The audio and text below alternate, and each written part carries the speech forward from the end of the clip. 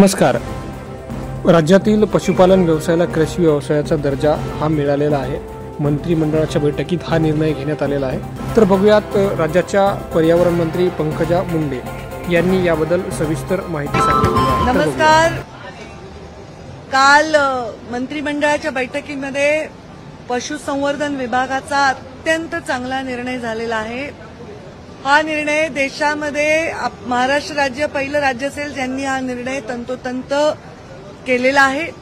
पशुसंवर्धनमध्ये अनेक लोक गावोगावी रोजगारासाठी शेतीवर आधारित उद्योगासाठी काम करताना पोल्ट्री गोट्री यासाठी वेगवेगळे काम उभे करतात, उद्योग छोटे खाणी उभे करतात।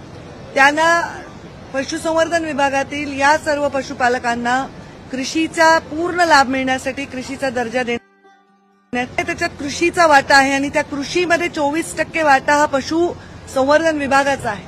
हा निर्णय घेणारे महाराष्ट्र हे देशातील पहिले राज्य आहे आणि या निर्णयामुळे अनेक ग्रामीण भागातील नवनवीन उद्योजक तयार होतील अशी माहिती मंत्री पंकजा मुंडे यांनी आपल्याला दिलेली आहे। बघत रहा आपलं न्यूज चॅनल। धन्यवाद।